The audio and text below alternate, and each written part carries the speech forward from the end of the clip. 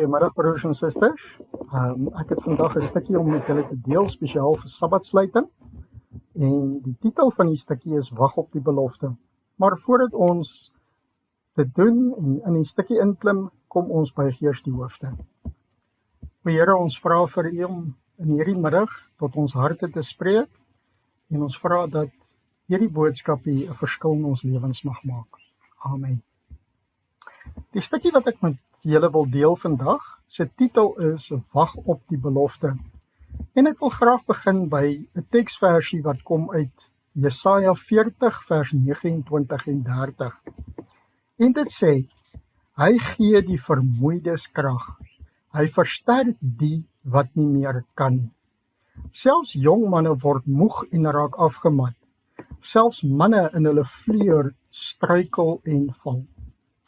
Vir die van julle wat nie weermag was, is ek seker julle ken die gedeelte wat sê, maak gou, en dan kom jy aan die ander kant en dan wag jy vir 'n dag, 2 dae, baie keer langer. Engels praat van hurry up and wait.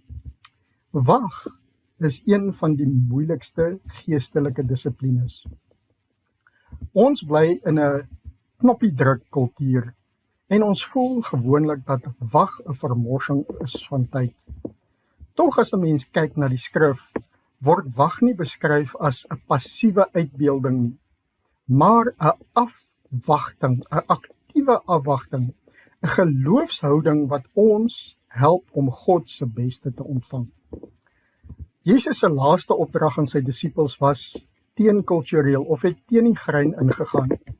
Moenie Jerusalem verlaat nie, maar wag. Dit was aksiegerigte mense met wie hy gepraat het. Vissers, tollenaars, ywerers, ouens wat uitgegaan het om iets te doen. Tog het Jesus hulle geroep om te wag.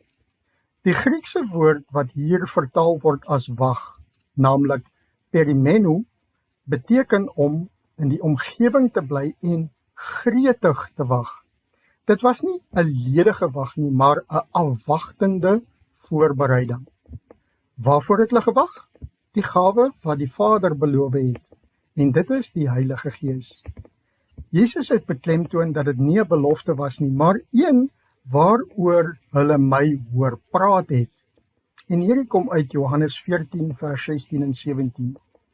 En Jesus het beloof, ek sal die Vader bid en hy sal julle 'n ander voorspraak gee om julle te help en vir ewig by julle te wees, naamlik die Gees van die waarheid. Die kontras wat Jesus trek is baie belangrik.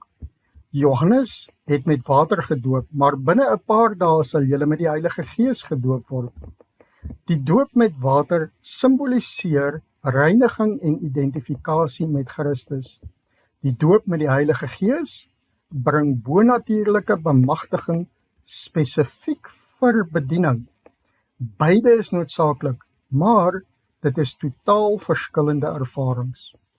Kom ons kyk 'n bietjie wat sê Dawid in Psalm 27 vers 14 oor wag. Hy sê, wag op die Here, wees sterk en hou moed en wag op die Here.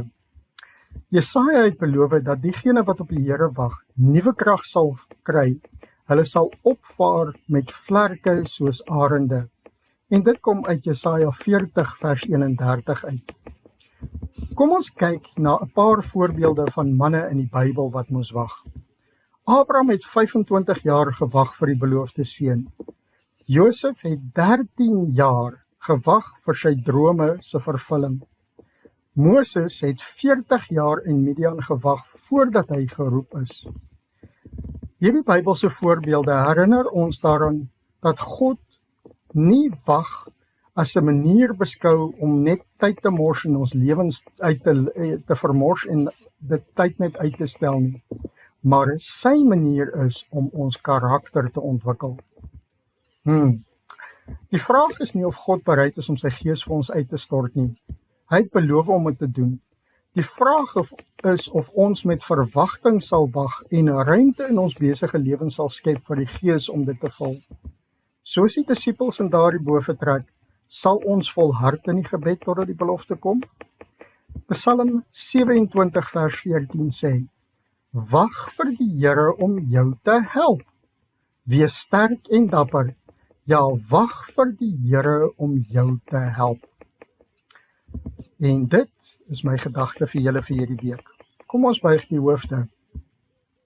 O Here, ons wil vra dat die Gees ons sal leer om met verwagting te wag, nie passief nie.